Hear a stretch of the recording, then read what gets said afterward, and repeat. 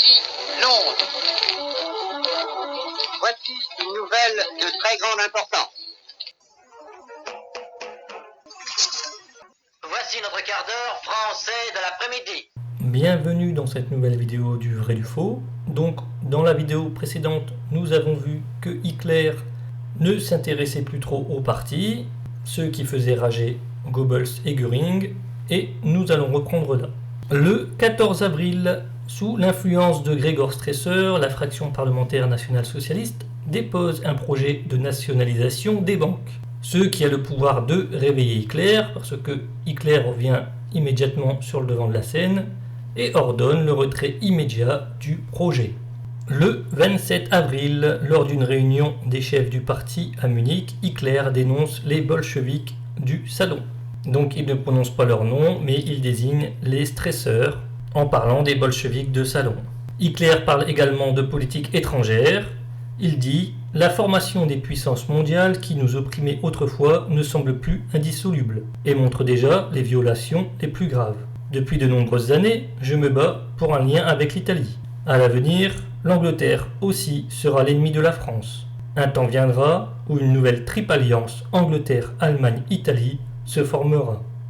Avec elle viendra notre heure pour le Reich allemand et le peuple. » Donc, déjà à cette époque, Hitler n'envisageait pas de guerre contre l'Angleterre, mais l'ennemi a toujours été la France. Donc quand je dis l'ennemi, ce n'est pas l'ennemi du NSDAP, l'ennemi du NSDAP, c'est bien les communistes, mais l'ennemi de l'Allemagne, c'est bel et bien la France.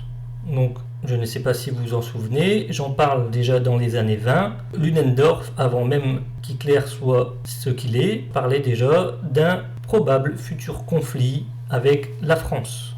Et la France elle-même, de son côté, disait que si un dictateur prenait position en Allemagne, la France lui déclarerait la guerre immédiatement. Donc dans les années 20, grosse tension entre la France et l'Allemagne, ce qui se ressent encore dans les années 30. Par la suite, nous le verrons, la France aura d'autres chats à fouetter. Pour ce mois d'avril, Goebbels nous dit qu'il a parlé du fascisme avec un marquis italien. Il constate que Mussolini n'a pas pris conscience de la question juive. Également pour ce mois d'avril, Goebbels et Göring partent pour Stockholm en Suède. Goebbels dit des Suédois « Les femmes sont en général supérieures aux hommes. Les hommes sont des lavettes. » C'est à pleurer de voir à quel point la race blonde a perdu l'instinct. De l'extérieur, des Germains. À l'intérieur, des demi-juifs. Le 6 mai, le Berliner Tageblatt dénonce le budget du gouvernement qui exige des sacrifices énormes de la population sous prétexte d'assainir les finances et qui dans le même temps ne cesse d'augmenter le budget de l'armée et de la police. Le 17 mai, entrée en vigueur du plan Young. 21 mai, lors d'un séjour de 2 jours à Berlin, Hitler et Otto Stresser ont une discussion en tête-à-tête et nous pouvons dire qu'il y a une embrouille. Les stresseurs ont publié un article dans leur journal, ce qui ne plaît pas à Hitler. Hitler dira « C'est tout un non-sens explosif. Cela revient à dire que vous donneriez à chaque membre du parti le droit de décider de l'idée, même de décider si le chef est fidèle à la soi-disant idée ou non. Il n'y a pas de place pour une telle opinion avec nous. Chez nous, le chef et l'idée ne font qu'un. Et chaque membre du parti doit faire ce que le chef ordonne. Le chef intègre l'idée et seul connaît son but ultime. Notre organisation est bâtie sur la discipline. Je ne souhaite pas voir cette organisation éclatée par quelques littérateurs gonflés. Tu étais toi-même un soldat, je vous demande, êtes-vous prêt à vous soumettre à cette discipline ou non ? De là, Otto Stresser accuse Hitler de vouloir étrangler la révolution sociale et Hitler lui dit « Je suis socialiste et un type de socialiste très différent de votre riche ami Reventlow. J'étais autrefois un ouvrier ordinaire. Je ne permettrai pas à mon chauffeur de manger pire que moi-même. Ce que vous comprenez par le socialisme n'est rien d'autre que du marxisme. Maintenant, regardez. La grande masse des travailleurs ne veut que du pain et des cirques. Ils n'ont aucune compréhension des idéaux d'aucune sorte. Et nous ne pouvons jamais espérer gagner les travailleurs dans une large mesure par un appel aux idéaux. Nous voulons faire une révolution pour la nouvelle caste dominante qui n'est pas émue comme vous par l'éthique de la pitié, mais qui est tout à fait claire dans son esprit, qu'elle a le droit de dominer les autres parce qu'elle représente une meilleure race. Cette caste maintient impitoyablement et assure sa domination sur les masses. Tout votre système est un produit de bureau qui n'a rien à voir avec la vraie vie. Ce que vous prêchez, c'est du libéralisme, rien que du libéralisme. Il n'y a pas de révolution, sauf des révolutions raciales. Il ne peut pas y avoir de révolution politique, économique ou sociale. Toujours et seulement, c'est la lutte de la couche inférieure de la race inférieure contre la race supérieure, dominante. Et lors d'une autre conversation, Otto Stresser pense que l'industrie doit être nationalisée et Hitler lui répond « La démocratie a mis le monde en ruine et vous voulez néanmoins l'étendre à la sphère économique. Ce serait la fin de l'économie allemande.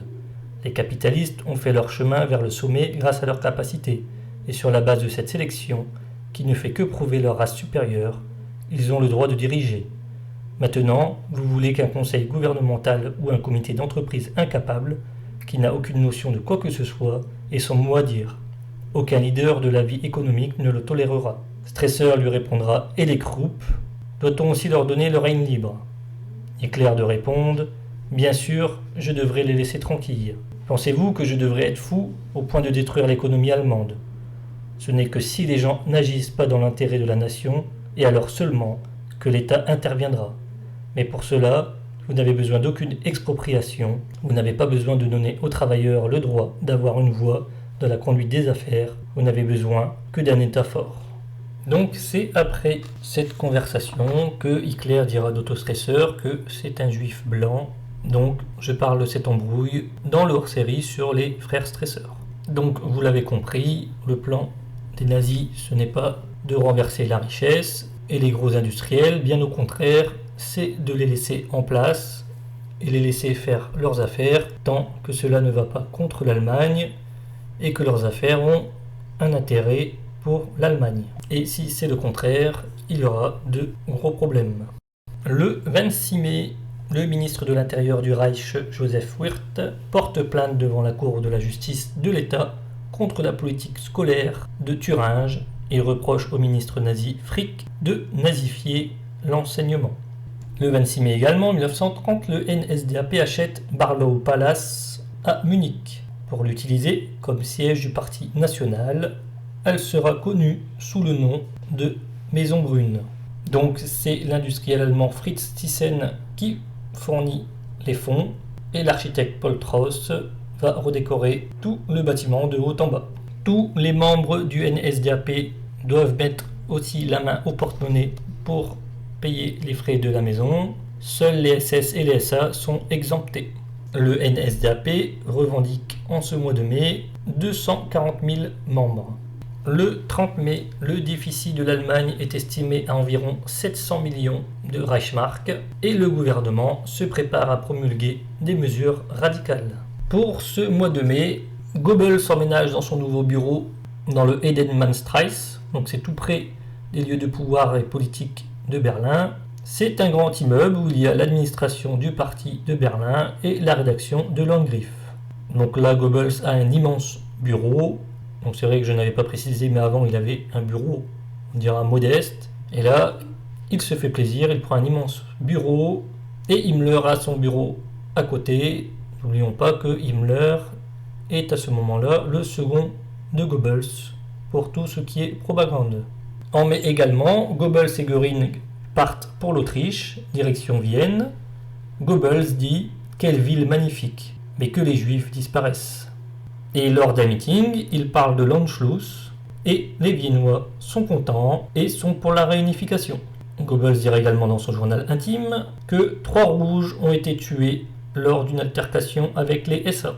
Le 1er juin 1930, Richard Walter Darré, qui est responsable des affaires agricoles du NSDAP, publie son livre « Nouvelle noblesse née du sang et du sol », dans lequel il s'appuie sur l'image de l'arbre séculaire pour stipuler que seul le paysan enraciné dans la terre allemande et non pollué par la civilisation moderne possède en ses veines un sang à partir duquel il sera possible, par une sélection rigoureuse et l'élimination des éléments parasites, de créer une race d'élite qui dominera le monde. Donc, vous voyez que ce monsieur a bien sa place dans le NSDAP. Il est complètement fasciné par tout ce qui est race dominante, etc. Le 11 juin, pour éviter toute provocation, le ministre de l'Intérieur de Prusse interdit au SA de défiler en uniforme brun dans les rues. La SA défile en chemise blanche. Le 22 juin, succès électoral du NSDAP en Saxe, il devient le second parti de la région avec 14 sièges. Le 25 juin, le gouvernement de Prusse interdit aux fonctionnaires l'adhésion au parti communiste et nazi. Donc nous avons déjà vu dans les vidéos précédentes l'interdiction à l'armée d'être dans le NSDAP ou le communisme, et maintenant c'est le tour des fonctionnaires. Le 28 juin, Hitler demande à Goebbels de procéder à une purge radicale du NSDAP à Berlin, où l'agitation de la tendance sociale révolutionnaire ne cesse de s'accroître. En gros, les bolcheviks de salon ne savent que mettre le foutoir. Donc Hitler écrira une lettre, il dira « Depuis des mois, en tant que dirigeant responsable du Parti national-socialiste, j'observe les tentatives d'introduire des conflits, de la confusion et de l'insubordination dans les rangs du mouvement. Sous le masque du désir de lutter pour le socialisme, une politique a été préconisée qui correspond totalement à la politique de nos opposants, juifs, libéraux, marxistes. Ces cliques appellent tout ce que nos ennemis désirent. Je considère maintenant qu'il est nécessaire de jeter impitoyablement ces éléments destructeurs hors du parti. Nous avons façonné et déterminé le contenu essentiel de notre mouvement, nous qui avons fondé ce mouvement, et nous nous sommes battus pour lui. Nous avons souffert pour lui dans les prisons, et nous qui l'avons conduit à se détacher de l'effondrement et jusqu'à sa hauteur actuelle. Quiconque n'aime pas le contenu essentiel du mouvement qui a été établi par nous, et principalement par moi, ne doit pas entrer dans le mouvement ou doit le quitter de nouveau. Tant que je dirigerai le Parti national-socialiste, il ne deviendra pas un club de débat pour les scribes sans racines ou les bolcheviks indisciplinés. Il restera ce qu'il est aujourd'hui. Le 30 juin, les dernières troupes françaises quittent totalement la Rhénanie, 5 ans avant la date prévue par le traité de Versailles. Mais la Rhénanie reste une zone démilitarisée. Fin juin également, une grève dans la métallurgie est organisée en Rhénanie pour protester contre les projets du gouvernement d'amputation salariale et pour imposer le respect des conventions entre patronat et syndicats. Et le 30 juin, lors d'une réunion à Berlin, Goebbels déclare « Ceux qui ne s'intègrent pas seront expulsés », Otto Stresser se lève pour se défendre, mais il est éjecté de la salle par les SA avec un petit groupe de ses partisans. Donc pour plus d'informations, en revenir au hors-série sur les frères Stresser. Donc pour ce mois de juin, Goebbels passe au tribunal pour son journal. Donc c'est l'histoire de la caricature du président avec ses conseillers juifs. Donc c'est le procès le plus spectaculaire pour Goebbels, forcément le plaignant étant le président du Reich. 9 mois de prison sont requis par le procureur. La sentence sera d'une amende de 800 marks. Le ministère public fait appel. Goebbels dit également qu'il y a une interdiction pour les SA de porter l'uniforme en Bavière et en Prusse. Et il nous parle également du succès électoral en Saxe. Donc voilà, cette vidéo est terminée. J'espère que vous avez appris des choses et je vous souhaite une bonne journée.